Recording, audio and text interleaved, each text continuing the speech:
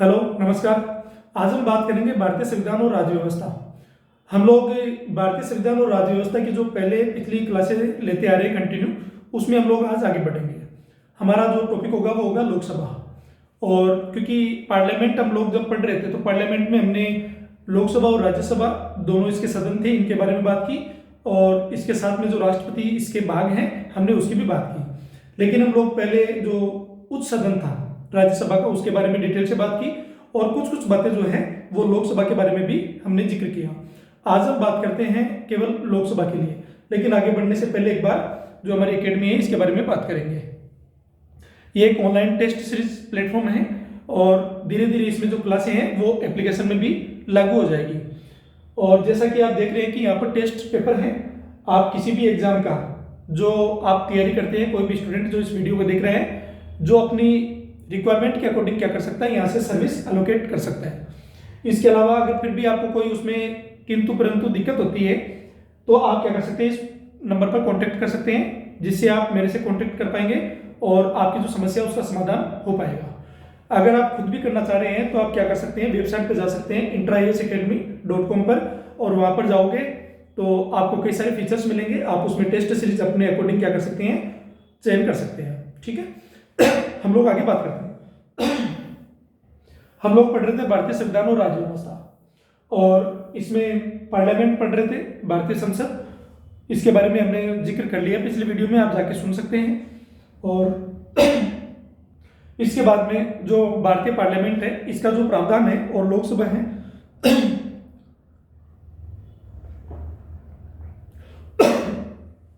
इसका प्रावधान कैसे क्या होता है, थोड़ा सा एक बार और बैकग्राउंड के बारे में पता कर लेते हैं ताकि चीजें आधार तैयार करने में दिक्कत नहीं हो।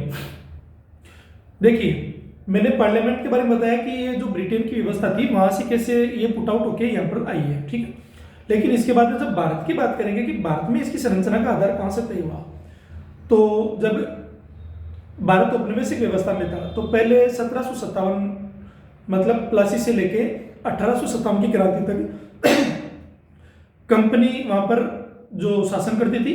और उसके बाद में जब 1857 की क्रांति हुई, विद्रोह हुआ, और उसके बाद में जो ब्रिटेन की सरकार है तो उसने बाद में डायरेक्ट यहाँ पर क्या किया, शासन किया। कब से, 1858 से लेके और 1947 तक क्राउन का शासन जिसको बोलते हैं, ताज का शासन। ठीक है, पहले कंपनी का शासन था, उसके बाद में इनका। तो अगर संसदीय व्यवस्था जो ब्रिटेन के अंदर चल रही थी तो वो अपनी व्यवस्था को क्या करेंगे, यहाँ धीरे धीरे क्या करेंगे, इंप्लीमेंट करेंगे। और उसी का आधार हम लोग देखते हैं कि 1858 के शासन के बाद में जो भारत परिषद अधिनियम जो आता है, इससे पहले तो भारत शासन अधिनियम 1858 है, उसके बाद में हम लोग देखते हैं तो इसकी कुछ कुछ बातें होने लगी, क्योंकि ब्रिटेन की जो सरकार है या जो वहां की महारानी है, उन्होंने कहा कि हम लोग जो ब्रिटेन की संसदीय व्यवस्था है उसके अकॉर्डिंग यहाँ पर क्या करेंगे, जो प्रारूप है वो तैयार करेंगे। एक मैसेज दिया था उन्होंने। लेकिन जब आप देखते हैं कि कुछ सुधारों के बाद में इसमें तो 1861 का भारत परिषद अधिनियम आता है, और 1861 का जो भारत परिषद अधिनियम है इसमें पहली बार जो केंद्रीय विधान परिषद है इनमें इसकी चर्चा की गई, बात की गई, इसका प्रावधान किया गया। फिर 1892 के अंदर भी इसके कुछ तथ्यों को 1892-94 के लगभग इसमें कुछ चीजों को एंटर किया गया। ठीक है, इसमें इनके सदस्यों को, फिर विधान परिषद है, इनके विधानमंडलों की स्थापना की बात हुई। फिर आप देखते हैं कि जो 1909 है इसमें कुछ कुछ लोगों को यहाँ पर विधान परिषद में सदस्यों के बारे में या फिर इनको मौका दिया गया।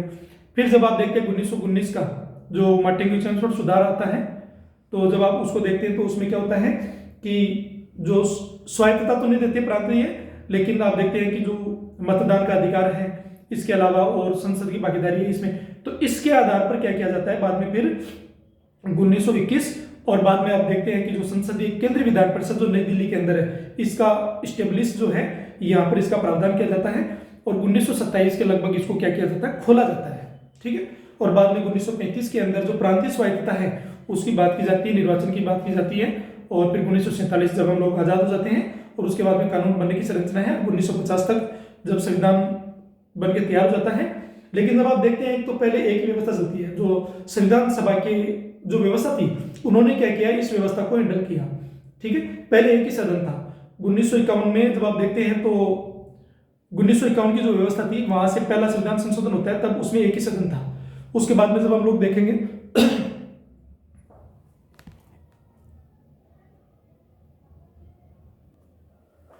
तो हम लोग देखते हैं कि जो इनका लोकसभा का पहली बार जो गठन है वो 1952 में हुआ, और जब हम देखते हैं कि इसके इलेक्शन है वो 1951 से लेके 52 तक चलते हैं, 52 में इसका गठन हो जाता है। ठीक है, तो ये प्रक्रिया बाद में आगे चलती है सुचारू रूप से।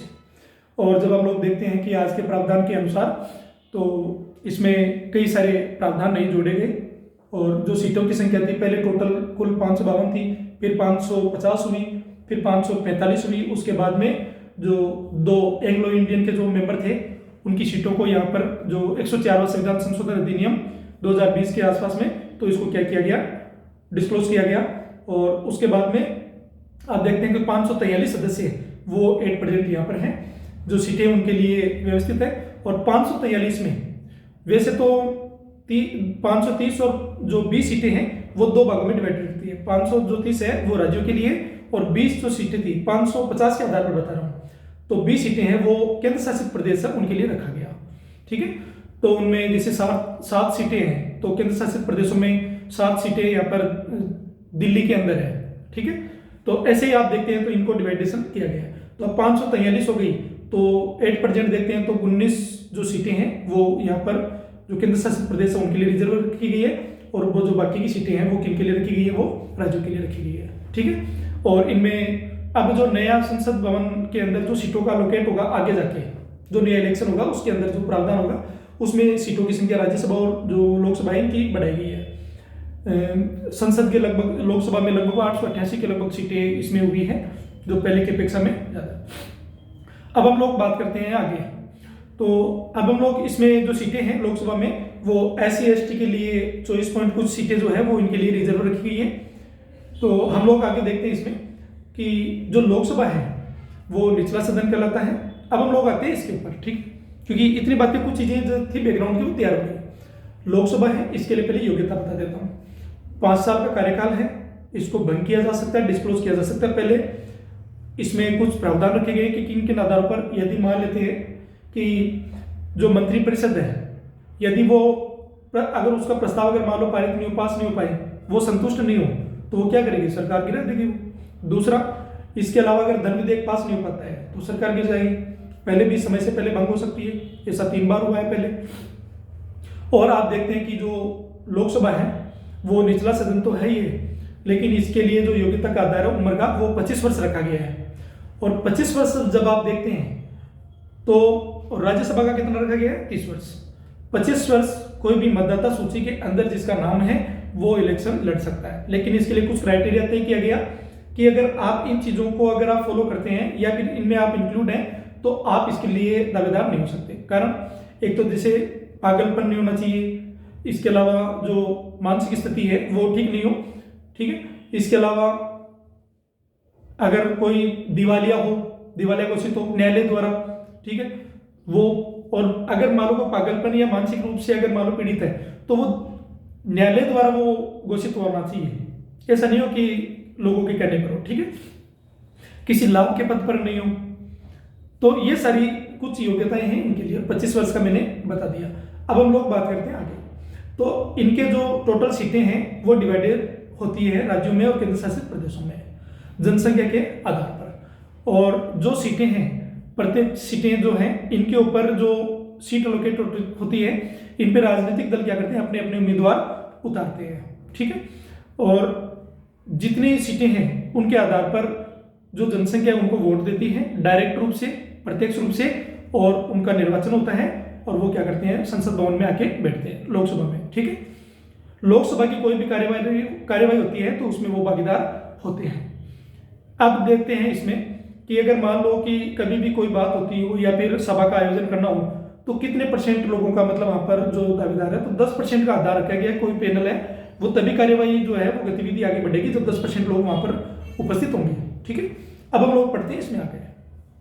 इसका बहुत बड़ा कार्य है, इसको बहुत सारी जो शक्तियां हैं वो मिली हुई हैं। इसमें जो लोकसभा है इसके एक अध्यक्ष है, एक उपाध्यक्ष होता है जो इनकी व्यवस्था को हैंडल करते हैं नेता के रूप में। और इसके अलावा आप देखते हैं कि जो लोकसभा का अध्यक्ष है और उपाध्यक्ष है, ये पहले से लोकसभा में सदन की जो सदस्यता है वो शपथ ले चुके होते हैं, इसलिए इनको दोबारा जो शपथ लेने का प्रावधान नहीं है। लेकिन आप देखते हैं कि जो लोकसभा का अध्यक्ष है, जैसे प्रेजेंट अभी जो श्रीमान ओम बिरला जी हैं, आप देखते हैं कि ये लोकसभा का अध्यक्ष तब तक कार्य करता है जब तक नई लोकसभा के अंदर नया लोकसभा का अध्यक्ष वहां पर ना बैठे, ठीक है, नई व्यवस्था ना है, तब तक वो काम करता रहता है। यदि वो भंग हो जाती है तो भी ये कार्य कर रहे होते हैं, ठीक है। बाकी सब जो सभा है वो कैंसिल हो जाती है, लेकिन ये कार्य कर रहे होते हैं। अब इसमें कुछ प्रावधान है। पहली चीज तो ये, जैसे मैंने पिछली वीडियो में लोकसभा के बारे में डिस्कस कर लिया था, तो आप पिछला वीडियो जाके देख सकते हैं, लेकिन फिर भी मैं कुछ चीजें चर्चा कर लेता हूँ। जो लोकसभा का अध्यक्ष है उसके निर्वाचन की तिथि है वो डिसाइड करता है राष्ट्रपति, और जो नया लोकसभा का अध्यक्ष आता है या जो सदस्य नवनिर्वाचित लोकसभा में मेंबर्स आते हैं, तो उनको शपथ दिलाने का जो कार्य है वो कार्य करता है, एक पद रखा जाता है प्रोटेम स्पीकर का। वो क्या करता है कि उन सभी को शपथ दिलवाता है, और उसको शपथ कौन दिलवाता है? प्रोटेम स्पीकर को तो राष्ट्रपति दिलवाते हैं। लोकसभा अध्यक्ष उपाध्यक्ष को दोबारा शपथ नहीं दिलाई जाती, वो डायरेक्ट क्या करते हैं, अपने जो कार्यभार है उसको हैंडल करते हैं। एक तरफ जो लोकसभा के अध्यक्ष है वो जाते हैं और एक तरफ उनका पद वहां से हटाया जाता है। वो निश्चित काल के लिए आते हैं, कुछ समय के लिए आते हैं। इनका कार्यकाल लॉन्ग टर्म तक रहता है, 5 साल के लिए जो दावेदारी है वो रखा गया है, ठीक है। इसके अलावा आप देखते हैं तो इनके पास में कुछ विशेष शक्तियां होती है लोकसभा के अध्यक्ष के बारे में, ठीक है। यदि कौन सा विधेयक धन विधेयक होगा तो ये शक्ति किसके पास में? लोकसभा के अध्यक्ष के बारे में। पहले दल बदल के आधार पर किसी को अगर यहाँ से पद से अगर हटाया जाता है तो उसके कुछ प्रावधान भी जो इसमें थे, लेकिन बाद में इसके लिए जो आप देखते हैं तो सुप्रीम कोर्ट में, तो उसमें जो जुडिशियल रिव्यू है इसका प्रावधान इसमें रखा गया कि आप न्यायिक जो समीक्षा है इसके आधार पर इसमें शामिल होंगे, ठीक है। क्योंकि पहले नहीं था, बाद में इसमें कई सारे उसमें डिस्कस हुआ, कुछ अमेंडमेंट हुए और कई सारे मुद्दों के बाद में ये चीजें निकल के आई। अब हम लोग बात करते हैं आगे। हम लोग डायरेक्ट बात करते हैं भारत की संसद के निचले सदन, ठीक है। इसको जनता का सदन कहा गया लोकसभा को। लोकसभा के पास महत्वपूर्ण विधायी शक्तियां होती है। नागरिकों का प्रतिनिधित्व करने वाला प्रत्यक्ष निर्वाचित सदन के रूप में इसको कहा जाता है। इसके पास कई ऐसे अनन्य विशेष प्रकार के सदस्य जो शक्तियां होती है जो राज्यसभा के पास में नहीं होती है, मतलब उस सदन के पास नहीं होती है। जैसे सरकार के खिलाफ अविश्वास प्रस्ताव पेश करना होता है, धन विधेयक जिसमें कराधान या सार्वजनिक व्यय आता है पेश करना, उसको पारित करने के जो अनन्य अधिकार हैं वो, ठीक है। गतिरोधों को हल करने के लिए संयुक्त संसदीय सत्रों में संख्यात्मक जो लाभ है वो इनको मिलता है। आप देखते हैं कि जैसे मान लो कि अगर कोई भी साधारण विधेयक आता है या और उसके ऊपर कोई चर्चा करनी होती है कोई, तो लोकसभा में मान लो मामला जाता है, उसको वो आगे बढ़ा देती है राज्यसभा के पास में, उसके ऊपर कोई मतदान वगैरह कुछ नहीं होता, डिस्कस नहीं होता, आगे बढ़ा देती है, तो वो फेरबदल चलता रहता है। तो इसकी प्रक्रिया मैंने पिछले बता दिया, लेकिन इसमें और बता देता हूँ। तो इसमें क्या होता है कि जब वो दोनों चीजों से अगर मान लो असहमति का आधार रहता है, उसके ऊपर वो न्याय निर्णय होता है, तो उससे अगर वो विशेष मुद्दा होता है तो उसके ऊपर क्या किया जाता है, राष्ट्रपति बाद में दोनों की संयुक्त बैठक बुलाता है, और इसकी अध्यक्षता कौन करता है? जो लोकसभा का अध्यक्ष है वो करता है, ठीक। विधायी प्रक्रिया में निम्नलिखित चरण होते हैं, कौन कौन से? मतदान से पहले, ठीक है, मतदान से पहले विधेयकों का 3 बार वाचन होना। दूसरा, दोनों सदनों द्वारा विधेयकों की स्वीकृति अनिवार्य है, धन विधेयकों को छोड़िए, ठीक है। धन विधेयक के अलावा बाकी में दोनों की स्वीकृति जरूरी है, लोकसभा और राज्यसभा। विधेयकों को कानून बनने के लिए राष्ट्रपति की स्वीकृति आवश्यक होती है। जब राष्ट्रपति साइन कर देते हैं तब जाके वो एक्ट बनता है, इससे पहले विधायक की प्रक्रिया में रहते हैं विधेयक, ठीक है। कानून बनने की प्रक्रिया होती है। लोकसभा का कामकाज औपचारिक प्रक्रिया के आधार के माध्यम से होता है, जिसमें मंत्रियों की पूछताछ के लिए प्रश्नकाल होता है, ठीक है। मंत्री क्या करते हैं? प्रश्न पूछते हैं, फिर दूसरा उसका जवाब देता होता है, ठीक है। अत्यावश्यक मामलों के लिए शून्यकाल होता है, देख लेना। मंत्रियों की पूछताछ के लिए प्रश्नकाल होता है, अत्यावश्यक मामलों के लिए शून्यकाल होता है, निर्णय लेने के लिए ध्वनि मत और विभाजन होता है।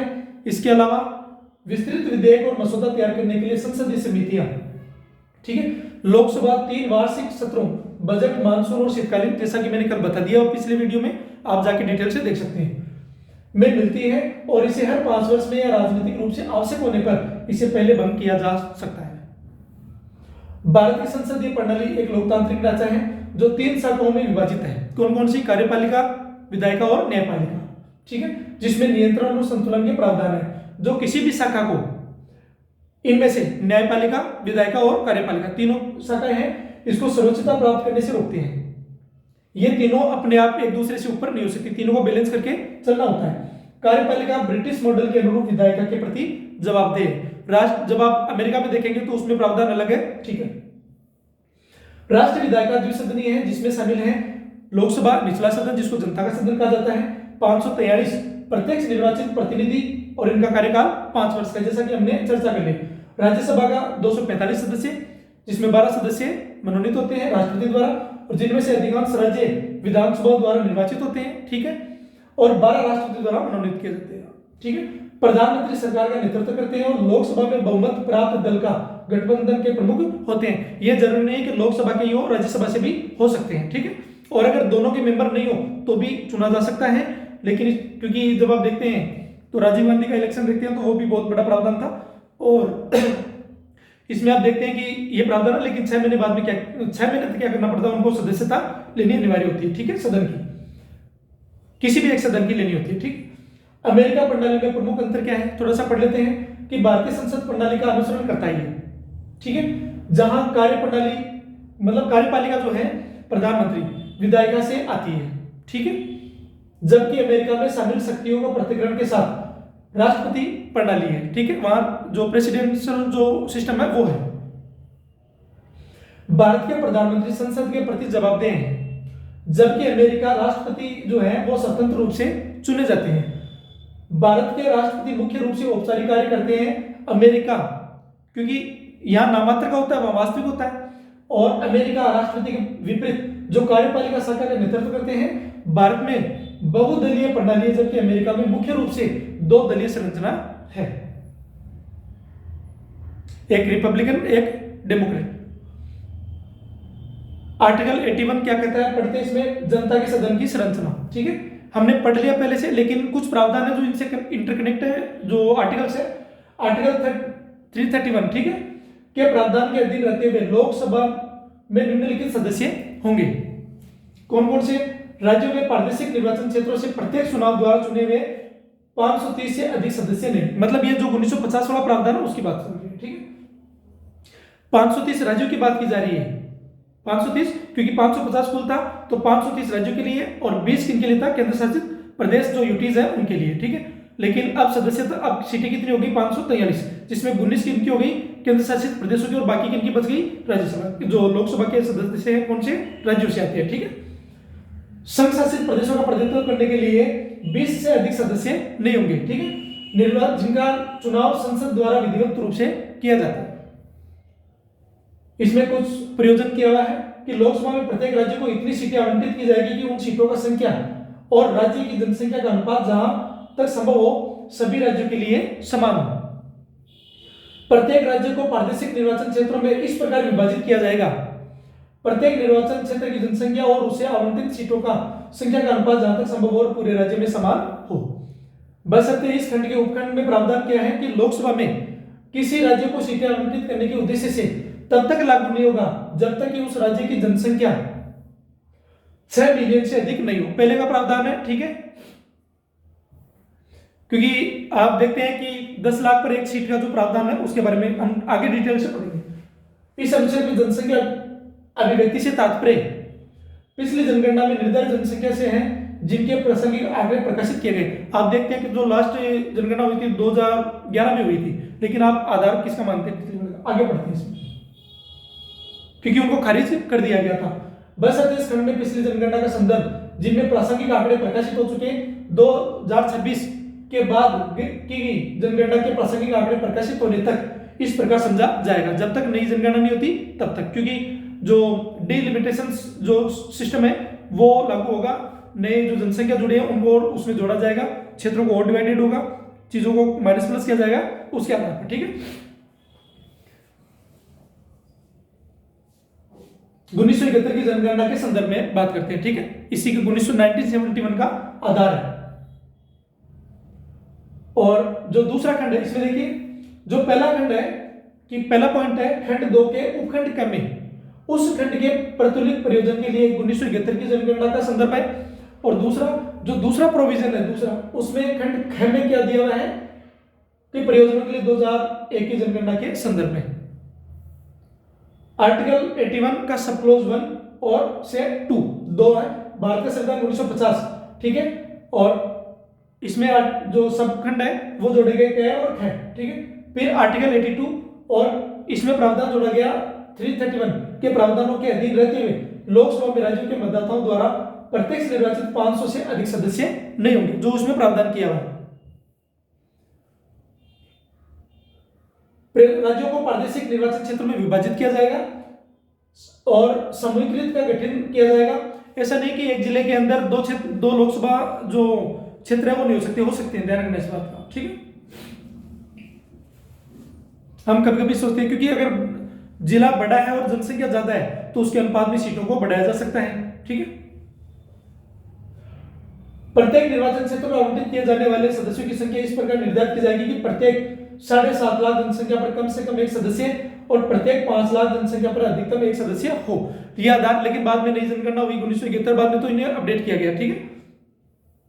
प्रत्येक प्रादेशिक निर्वाचन क्षेत्र को आवंटित सदस्यों की संख्या और उस निर्वाचन क्षेत्र की जनसंख्या के बीच का अनुपात, ठीक है, जैसा कि पिछली जनगणना में निर्धारित किया गया था।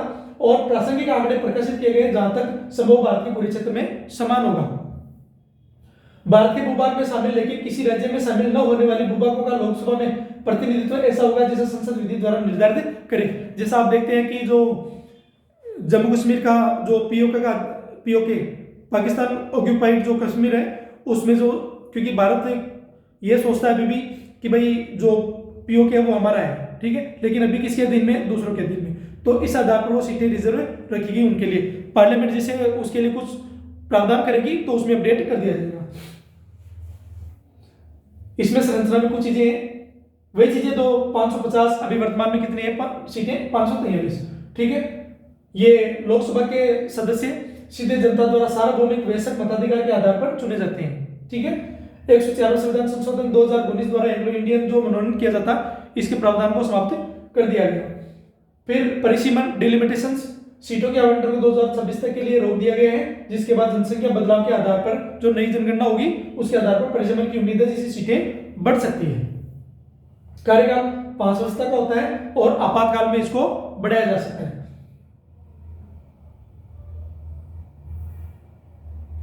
लोग इसमें पढ़ते हैं लोकसभा भारत की द्विसदनीय संसद का निचला सदन है, वही चीजें जो पढ़ी। ऊपरी सदन राज्यसभा, राज्यों की परिषद जिसको कहते हैं। 14 मई 1954 को, डेट का ध्यान रखना भाई, 14 मई 1954 को संसद के निचले सदन के लिए आधिकारिक तौर पर लोकसभा शब्द अपनाया गया। इस बात का ध्यान रखना, आधिकारिक रूप से लोकसभा कब अपनाया गया, 14 मई 1954 को निचले सदन के लिए, जिसे पहले जनता का सदन कहा जाता था। इस बात का भी ध्यान रखना, यह नाम अभी भी भारत के संविधान में प्रयुक्त है। संगठन क्या है इसका, 2025 तक लोकसभा में 543 सदस्य थे। हालांकि संविधान में अधिकतम 550 सीटों का प्रावधान है, 530 भारतीय राज्यों के लिए और 20 केंद्र शासित प्रदेशों के लिए। संविधान के अनुच्छेद 81 में सीटों की सीमा 500 निर्धारित की गई थी, सीटों की सीमा 500 निर्धारित की गई थी। हालांकि क्षेत्रीय पुनर्गठन और नए राज्यों के गठन, जैसे उत्तर प्रदेश से उत्तराखंड का गठन, ठीक है, और जनसंख्या में बदलाव के कारण समय के साथ यह संख्या बढ़ गई और 1976 से क्षेत्रीय निर्वाचन क्षेत्र में पुनर्निर्धारण किया गया और राज्यों को लोकसभा में नई सीटें आवंटित करने की प्रक्रिया को परिसीमन कहा गया। ध्यान रखना, परिसीमन किसे कहा गया कि राज्यों में क्षेत्रीय निर्वाचन क्षेत्रों पुनर्निर्धारण और राज्यों को लोकसभा में नई सीटों के आवंटन करने की प्रक्रिया को परिसीमन कहा गया। संविधान में जनसंख्या परिवर्तन को दर्शाने के लिए प्रत्येक जनगणना के बाद परिसीमन में बदलाव अनिवार्य है। हालांकि जनसंख्या नियंत्रण और परिवार नियोजन को बढ़ावा देने के लिए 1976 के संविधान 42वें संविधान संशोधन अधिनियम 1976 अधिनियम ने, इंदिरा गांधी का शासन था उस समय, 2001 तक लोकसभा में सीटों के आवंटन को निलंबित किया गया था। संविधान 84वां संविधान संशोधन अधिनियम 2001 के माध्यम से इसे 2026 तक बढ़ा दिया गया था और एंग्लो इंडियन प्रतिनिधियों को मनोनीत करने का प्रावधान जो संविधान में 104वां संविधान संशोधन था, इसके माध्यम से इसको हटा दिया गया 2019 के माध्यम से, ठीक है। अगली लोकसभा में सीटों की संख्या अधिक होने की उम्मीद है। आगे देखते हैं लोकसभा चुनाव। राज्यसभा के विपरीत लोकसभा भंग नहीं की जा सकती। लोकसभा एक स्थायी निकाय नहीं है, इसका नियमित कार्यकाल 5 वर्ष होता है। वही चीज जो हमने पढ़ी है, भारत के राष्ट्रपति प्रधानमंत्री की सलाह पर इसे समय से पहले, ध्यान रखना ये पॉइंट, भारत के राष्ट्रपति प्रधानमंत्री की सलाह पर इसे पहले, समय से पहले भंग कर सकते हैं। राष्ट्रपति राष्ट्रीय आपातकाल के दौरान संसद द्वारा कानून बनाकर लोकसभा का कार्यकाल अधिकतम 1 वर्ष के लिए बढ़ाया जा सकता है, लेकिन आपातकाल समाप्त होने के बाद 6 महीने से अधिक नहीं होना चाहिए।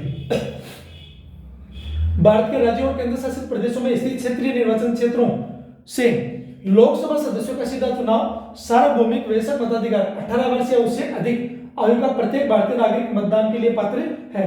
इसके लिए नागरिकों द्वारा 5 वर्ष के कार्यकाल के लिए किया जाता है।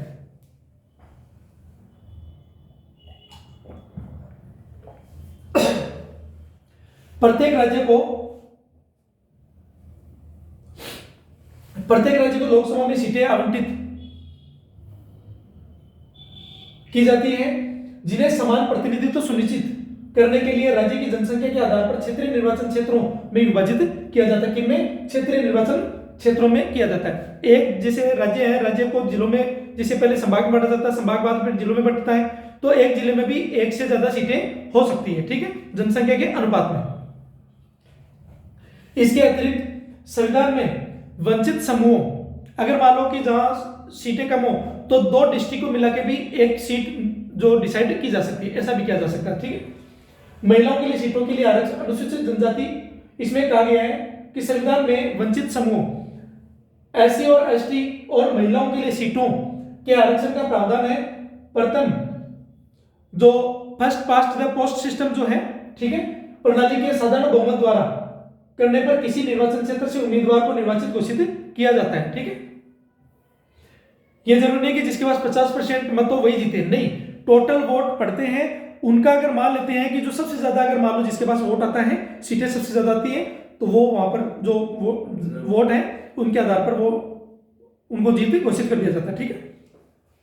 सबसे अधिक सीटें जीतने वाली पार्टी या गठबंधन सरकार का गठन करती है। जैसे केंद्र सरकार भी सरकार बना रही है, तो उनको कहा जाता है कि टोटल सीटें हैं उनकी 50% सीटें हैं, वो 50% प्लस 1 सीट जो सीट है वो उनके पास आनी चाहिए, तब वो क्या कर सकते हैं, बहुमत का आधार तय कर सकते हैं। लेकिन अगर मान लो कि उतनी सीटें नहीं आ पाती है, तब उनके पास क्या प्रावधान है, तब वो क्या करते हैं कि उनको मौका देती है, ठीक है, उनको सरकार बनाने का मौका देती है। कौन? राष्ट्रपति, ठीक है, कि सरकार, अगर मान लो कोई भी पार्टी राजनीतिक रूप से, अगर कोई पार्टी पूर्णतः अगर बहुमत में नहीं आती है, जीत नहीं पाती है, या फिर सरकार बनाने में सक्षम नहीं है, तो उसमें क्या होता है, फिर राष्ट्रपति उनको मौका देती है, तो वो क्या करते हैं, फिर दूसरी पार्टियों से उनके समर्थन, उनको जो उनका फिर क्या होता है, गठबंधन होता है, और इसके आधार पर जब उनका सरकार बन जाता है तो वो जीत जाता है, ठीक है। इसके कई चरण हो सकते हैं।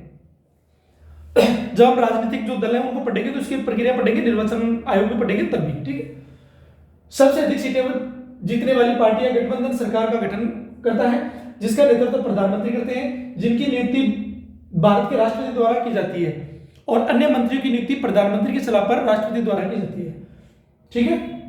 और संविधान के अनुच्छेद 74 के अनुसार प्रधानमंत्री मंत्रिपरिषद के प्रमुख होते हैं, जो भारत के राष्ट्रपति को सहायता और सलाह प्रदान करते हैं। राष्ट्रपति द्वारा नियुक्त मंत्रिपरिषद सामूहिक रूप से लोकसभा के प्रति उत्तरदायी होता है। इसीलिए जितने, चाहे लोकसभा के हो चाहे राज्यसभा के, जो भी सदन के मंत्री हैं वो लोकसभा में बैठेंगे, लेकिन जब मतदान की बात आएगी तो लोकसभा के लोग अपने सीट अपने सदन में रहेंगे, और राज्यसभा के जो लोग हैं वो उठकर अपने सदन में चले जाएंगे, ठीक है। और जब इनका मतदान होगा तब जो अटॉर्नी जनरल होता है वो उस वैसे डिस्कस में भागीदारी ले सकता है, लेकिन जब वोटिंग की बात आती है तब वो क्या करते हैं, उनको वोट देने का अधिकार नहीं है और उनको बाहर जाना पड़ता है, ठीक है। मैंने पिछली वीडियो में डिटेल से बता दिया था कि लोकसभा सदस्य के लिए बुनियादी योग्यता क्या है। भारतीय नागरिकों आयु 25 वर्ष होनी चाहिए कम से कम, किसी भी जो संसदीय निर्वाचन क्षेत्र में मतदाता के रूप में पंजीकृत होना आवश्यक है, ठीक है। भारतीय निर्वाचन आयोग द्वारा, इलेक्शन कमीशन ऑफ इंडिया द्वारा नियुक्त व्यक्ति के समक्ष शपथ ली होनी चाहिए, ठीक है। प्रमुख अधिकारी, अध्यक्ष की बात करते हैं, ठीक है। लोकसभा अध्यक्ष का चुनाव राष्ट्रपति द्वारा निर्धारित तिथि पर लोकसभा के सदन द्वारा अपने सदस्यों में से किया जाता है, ठीक है, साधारण बहुमत के माध्यम से। यह आमतौर पर सत्ताधारी गठबंधन से होता है, जो सरकार बनाती है उनकी बात है, और सदन के कामकाज के संचालन के संबंध में अध्यक्ष का निर्णय अंतिम होता है। उपसभापति मतलब उपाध्यक्ष की बात की जा रही है यहां पर, ठीक है। उपाध्यक्ष का चुनाव भी लोकसभा के सदस्यों द्वारा अपने ही सदस्यों में से किया जाता है। इस मामले में चुनाव की तिथि अध्यक्ष द्वारा निर्धारित की जाती है। ध्यान रखना, जो किसके द्वारा, कि उपाध्यक्ष का जो चुनाव है उसके लिए जो निर्धारित तिथि है वो कौन करता है, अध्यक्ष तय करता है। और अध्यक्ष की निर्धारित तिथि कौन तय करता है, वो राष्ट्रपति करता है। ध्यान रखना इस बात का। और दोनों को शपथ दोबारा नहीं दिलाई जाती, ठीक है। और बाकी जो लोग हैं सदन के सदस्य हैं, इनको शपथ कौन दिलाता है, तो प्रोटेम स्पीकर दिलवाता है। लोकसभा की बात कर रहे हैं। उस सभापति की मुख्य भूमिका अध्यक्ष की अनुपस्थिति में या अध्यक्ष का पद रिक्त होने पर उनका कार्यभार संभालना है, ठीक है। सदन के नेता आमतौर पर प्रधानमंत्री होते हैं। सदन के नेता की मुख्य भूमिका जो है सरकार का प्रतिनिधित्व करना है, और प्रधानमंत्री द्वारा नियुक्त किए गए जाने वाले मंत्रिपरिषद का कोई सदस्य भी इसका नेता हो सकता है। अगर प्रधानमंत्री नहीं और उनकी जगह अगर कोई दूसरा हो तो मंत्रिपरिषद का कोई सदस्य भी सदन का नेता हो सकता है। किसके द्वारा, प्रधानमंत्री के द्वारा नियुक्त। विपक्ष का नेता सत्ताधारी दल या दलों के गठबंधन के बाद सबसे बड़े दल का मुखिया होता है, ठीक है। पहले ये था नहीं, उसके बाद में बना। विपक्ष का नेता सरकार पर नियंत्रण रखता है और सदन में होने वाली बहसों के दौरान सरकारी नीतियों की बारीकी को जांच करता है। अध्यक्ष का पैनल, अध्यक्ष द्वारा 10 अध्यक्षों का एक पैनल मनोनीत किया जाता है। अध्यक्ष या उपाध्यक्ष की अनुपस्थिति में पैनल का कोई भी सदस्य लोकसभा की अध्यक्षता कर सकता है। इस बात का ध्यान रखना। कार्यवाही के अध्यक्ष, कार्यवाहक प्रोटेम स्पीकर, ठीक है, प्रोटेम स्पीकर की बात करते हैं। जो लोकसभा का अध्यक्ष है इसको स्पीकर बोलते हैं, और ये जो कार्यवाहक के रूप में आता है कुछ समय के लिए आता है उसको प्रोटेम, जो शपथ दिलवाने का काम करता है, ठीक है। लैटिन शब्द प्रोटेम टेम्पोरर का संक्षिप्त रूप है जिसका अर्थ है कुछ समय के लिए, ठीक है। कार्यवाहक अध्यक्ष राष्ट्रपति द्वारा नवनिर्वाचित लोकसभा के पहले सत्र की अध्यक्षता के लिए नियुक्त किया गया एक अस्थायी अध्यक्ष होता है, और नए अध्यक्ष के चुने जाने के बाद कार्यवाहक अध्यक्ष का कार्यकाल समाप्त हो जाता है। विप का चुनाव राजनीतिक दलों द्वारा सुनिश्चित करने के लिए किया जाता है, और पार्टी सदस्य सत्रों में से भाग लें और पार्टी के पक्ष में मतदान करें। लोकसभा में कौन कौन मेंबर थे और कब कब क्या रहे, हम लोग इसकी बात कर लेते हैं, ठीक है। कंप्लीट हो जाएगा फिर लोकसभा। ये वक्ता, अवधि और राजनीतिक दल कौन, पहले कौन थे, 15 मई 1952 से 27 फरवरी 1956 पहला कार्यकाल किसका, लोकसभा का। कौन थे, गणेश वासुदेव मावलकर, जीवी मावलकर जिनको बोलते हैं, भारतीय राष्ट्रीय कांग्रेस से थे। ध्यान रखना इस बात का भाई। फिर बाद में पद्मश्री अत्यंत सेन एंगार, ठीक है, 8 मार्च 1956 से 10 मई 1957 तक भारतीय राष्ट्रीय कांग्रेस से। तीसरे नंबर पे मधुभूषी अनंत सेन अयंगार 11 मई 1957 से 16 अप्रैल 1962, ठीक है, और भारतीय राष्ट्रीय कांग्रेस से। सरदार हुकुम सिंह 17 अप्रैल 1962 से 16 मार्च 1957 और भारतीय राष्ट्रीय कांग्रेस से। नीलम संजीव रेड्डी 17 मार्च 1967 से 19 जुलाई 1969 तक भारतीय राष्ट्रीय कांग्रेस से। फिर है गुरुदयाल सिंह ढिल्लो, ठीक है, 8 अगस्त 1969 से 17 मार्च 1971 तक भारतीय राष्ट्रीय कांग्रेस आर। फिर है गुरुदयाल सिंह ढिल्लो 8 अगस्त 1969 से 17 मार्च 1971 भारतीय राष्ट्रीय कांग्रेस वही। छठे नंबर 7वें पर गुरुदयाल सिंह ढिल्लो 22 मार्च 1971 से 1 दिसंबर 1975, इसका मतलब लगातार है भारतीय राष्ट्रीय कांग्रेस आर, ठीक है। बालीराम भगत यह है 15 जनवरी 1976 से 25 मार्च 1977 और भारतीय राष्ट्रीय कांग्रेस। फिर है नीलम संजीव रेड्डी 26 मार्च 1977 से 13 जुलाई 1977 तक और जनता पार्टी, ठीक है, जनता दल जो मोरारजी देसाई वाली पार्टी थी।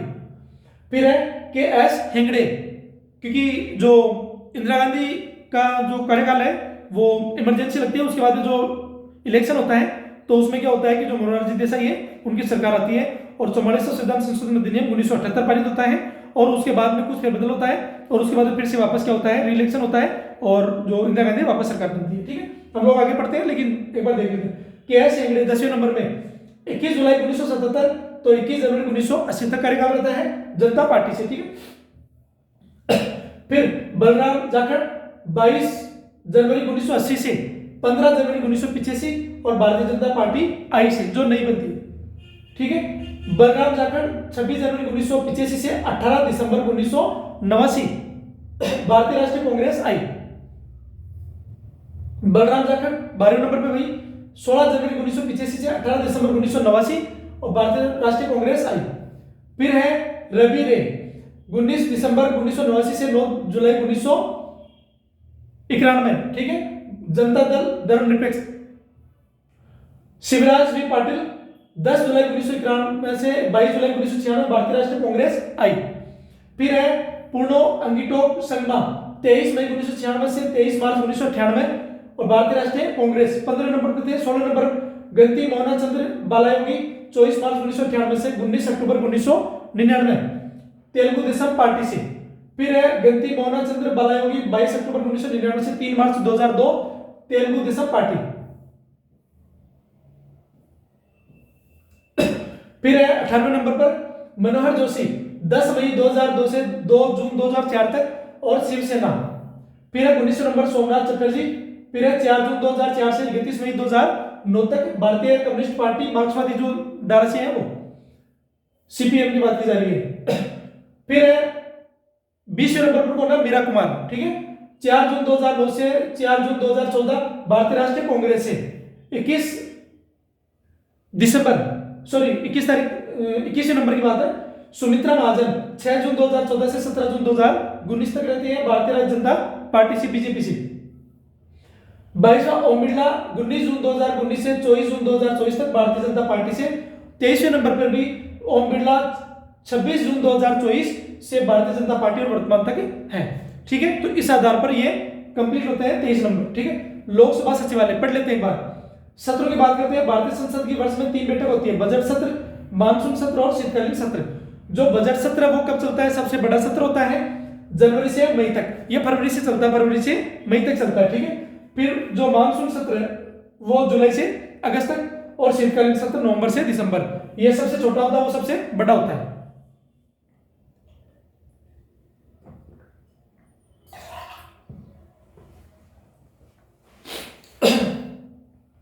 एक सत्र में कई बैठकें शामिल होती है, जिनमें से प्रत्येक दिए गए सदन दिन संसद के एक दिन की कई एक बैठक होती है। लंगड़ा बतख सत्र, ठीक है। निवर्तमान लोकसभा के लिए एक अनौपचारिक संदर्भ है जो नई लोकसभा के चुनाव के बाद आयोजित किया जाता है और निर्वाचित लोकसभा के जिन सदस्यों का पुनर्निर्वाचन नहीं हुआ है उन्हें लंगड़ा बतख कहा जाता है, ठीक है। लोकसभा सचिवालय एक स्वतंत्र निकाय है जो लोकसभा को प्रशासनिक और रसद संबंधी सहायता प्रदान करता है। यह अध्यक्ष के अधिकार क्षेत्र में आता है और इसकी अध्यक्षता लोकसभा के महासचिव करते हैं। ध्यान रखना भाई इसका। लंगड़ा बतख पत्र क्या है? लेमडक सेशन क्या होता है उसके बारे में बात कर लेते हैं। वह आखिरी सत्र होता है, ध्यान रखना, जो नई लोकसभा के चुनाव हो जाने के बाद और नई लोकसभा के सदस्यों की शपथ लेने से पहले इलेक्शन होता है। और शपथ लेने से पहले जो नई लोकसभा के सदस्य के शपथ लेने से पहले होता है, जिसमें पुरानी लोकसभा के वे सदस्य भाग लेते हैं जो चुनाव हार चुके होते हैं और अगली लोकसभा में नहीं जाएंगे, ठीक है, जिससे उनकी शक्ति कम हो जाती है। यह एक ऐसा समय होता है जब सत्ता का हस्तांतरण होने वाला होता है और मौजूदा सदस्य अंतिम बार कार्यवाही में भाग लेते हैं। मुख्य बिंदु क्या है? परिभाषा। यह पिछली लोकसभा का अंतरिम सत्र होता है जो नई लोकसभा के चुनाव के बाद आयोजित किया जाता है। सदस्य इसमें वो सांसद होते हैं जो अगली लोकसभा चुनाव में फिर से नहीं चुने गए या चुनाव नहीं लड़े, इसलिए वे अब राजनीतिक रूप से महत्वपूर्ण होते हैं। अवधि यह नई लोकसभा के गठन जनवरी में और पुरानी लोकसभा के कार्यकाल के अंत मई जून तक के बीच का समय होता है, आमतौर पर नवंबर दिसंबर के चुनाव के बाद, ठीक है। कारण यह सत्र मौजूदा लोकसभा के गठन के बाद और नई लोकसभा के गठन के बीच होता है, ठीक है, जिससे कुछ विधायी कार्य पूरे किए जा सके। हालांकि इन सत्रों का प्रभाव कम होता है। इसका शब्दार्थ क्या है? एक ऐसा व्यक्ति जो चुनाव हार गया हो या जिसका कार्यकाल समाप्त होने वाला हो लेकिन वह अभी भी पद पर हो।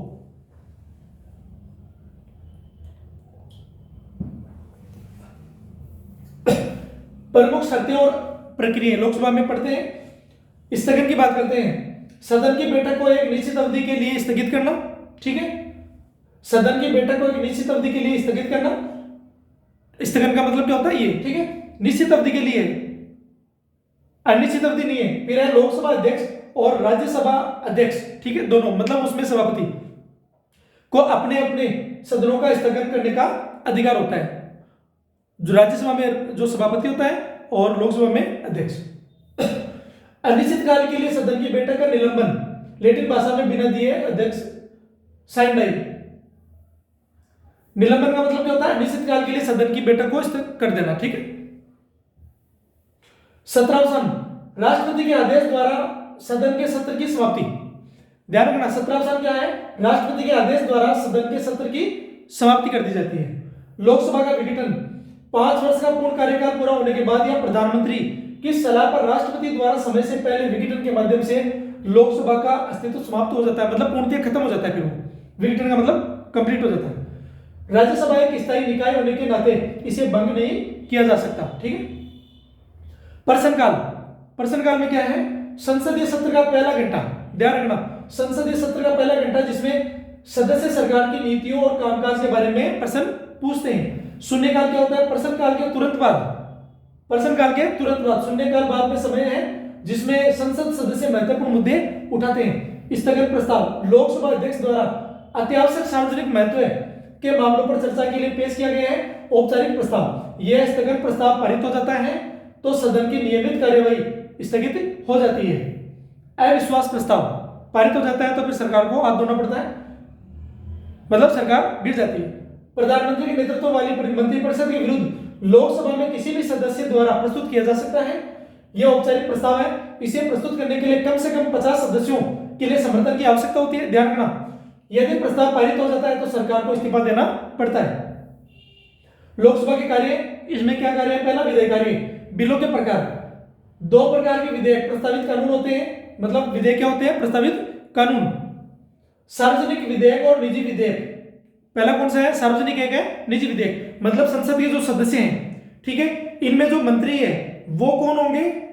जो मंत्री है, मंत्रिपरिषद में बैठते हैं, वो होंगे सार्वजनिक, मतलब सरकारी। और जो बाकी सदस्य हैं जो मंत्री नहीं है वो है निजी विधेयक, ठीक है। ऐसे जो मंत्री है उनका जो भार है वो ज्यादा होता है और इनका कम, उनको ज्यादा प्रायोरिटी दी जाती है, इनको कम दी जाती है। आगे बढ़ते हैं। सार्वजनिक विधेयक केवल मंत्री द्वारा ही प्रस्तुत किया जा सकता है, जैसा कि मैंने आपको बता दिया, जबकि निजी विधेयक संसद के किसी भी सदस्य द्वारा प्रस्तुत किया जा सकता है जो मंत्री नहीं हो। संविधान संशोधन अधिनियम, संविधान संशोधन विधेयक संविधान के प्रावधानों के संशोधन के लिए प्रस्तुत किए जाते हैं। मुद्रा विधेयक क्या होता है? धन विधेयक की बात की जा रही है, केवल करों और सार्वजनिक व्यय से संबंधित मामलों से संबंधित है। लोकसभा को इसमें प्रायोरिटी, राज्यसभा को नहीं है, सजेशन दे सकती है। वित्तीय बिल, ठीक है, अन्य वित्तीय मामलों से संबंधित जो धन विधेयक नहीं हो। साधारण विधेयक, इनमें वित्तीय मामलों या संवैधानिक संशोधन शामिल नहीं होते हैं। ध्यान रखना, वित्तीय मामले और संवैधानिक संशोधन शामिल नहीं होते। किसी भी विधेयक, प्रस्तावित कानून जो है के कानून बनने से पहले लोकसभा और राज्यसभा दोनों की स्वीकृति आवश्यक है, सिवाय धन विधेयक के, जिनके लिए केवल लोकसभा को स्वीकृति की आवश्यकता होती है। धन विधेयक केवल लोकसभा में और किसी मंत्री द्वारा ही प्रस्तुत किया जा सकता है। ध्यान रखना, संसद का कोई सदस्य जो मंत्री नहीं हो वो नहीं कर सकता, और इसके अलावा राज्यसभा में नहीं किया जा सकता।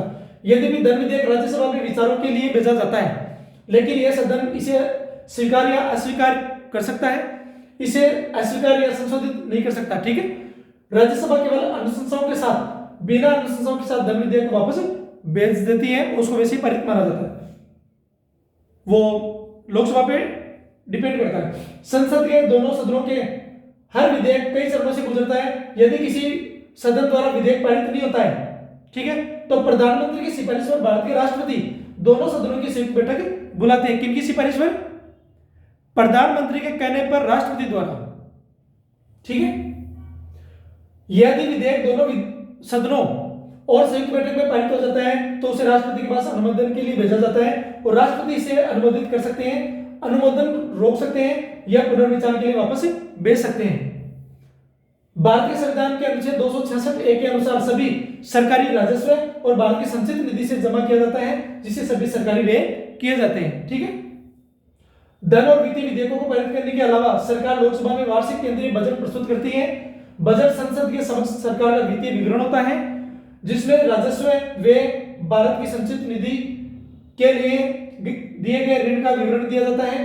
केंद्रीय बजट को संसद द्वारा अनुमोदित किया जाना आवश्यक है, तभी सरकार अपने वित्तीय प्रावधान जो प्रस्ताव उनको लागू कर सकती है और निधि आवंटित कर सकती है, फंड को आवंटित कर सकती है। ये यहाँ पर हमारा जो है टॉपिक कंप्लीट हो गया। तो जैसा कि मैंने आपको बताया कि अब लोकसभा का जो है वो कंप्लीट यहाँ पर हो चुका है करीब करीब, है ना। अब इनके अलावा क्या कोई और अगर मान लो तथ्य बच जाते हैं, कोई डेटा बच जाता है, कोई नई अपडेट है जो भी है, तो वो आपको एक अलग वीडियो के द्वारा ये सारी चीजें अपडेट कर दी जाएगी, ठीक है। ऐसा नहीं समझे कि ये पूरा कंप्लीट हो गया है। जो चीजें इंपॉर्टेंट चीजें थी वो इनके भीतर ही आती है, और एग्जाम मैक्सिमम जो चीजें हैं वो इनमें आती है।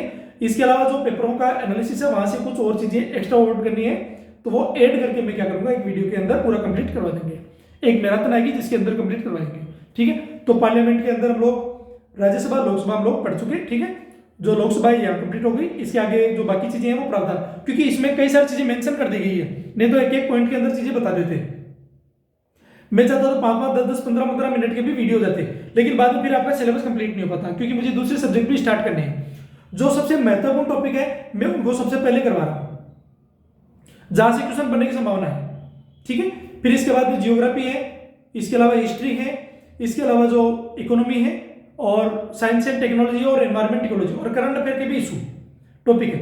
तो उनको सभी को लेंगे, लेकिन धीरे धीरे करते हुए जाएंगे, क्योंकि अभी हमारे पास टाइम है सफिशिएंट, भागने की जरूरत नहीं है। ऐसा नहीं है कि एग्जाम पास में आ रही है, हम लोग उसे पहले करेंगे। अब इसके जो क्वेश्चंस बनते हैं जो बाकी, वो हम लोग कंप्लीट कर देंगे आपके, ठीक है। अब नेक्स्ट वीडियो के अंदर जो है वो इनके क्वेश्चंस कंप्लीट हो जाएंगे जहां से हमने स्टार्ट किया है, ठीक है।